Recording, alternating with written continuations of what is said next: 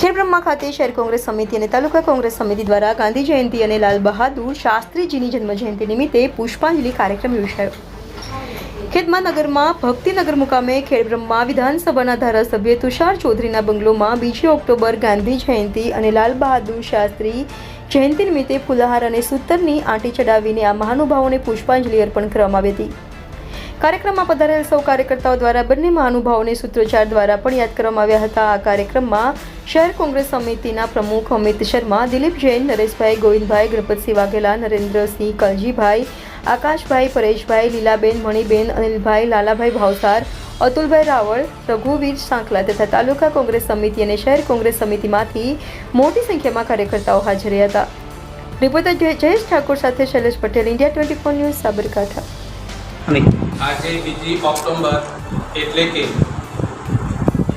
ભારતીય રાષ્ટ્રીય કોંગ્રેસના નેતા અને ભારત દેશના બીજા વડાપ્રધાન લાલ બહાદુર શાસ્ત્રી અને ગુજરાતના બનોતા પુત્ર ગાંધી બાપુની જન્મજયંતિ છે।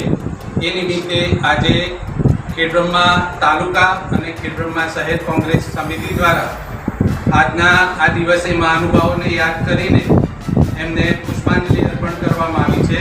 સમગ્ર દેશની અંદર જ્યારે આજે એમની જન્મજયંતિની ઉજવણી થઈ રહી છે ત્યારે સમગ્ર દેશવાસીઓ એમના આદર્શોને યાદ કરી રહ્યા છે।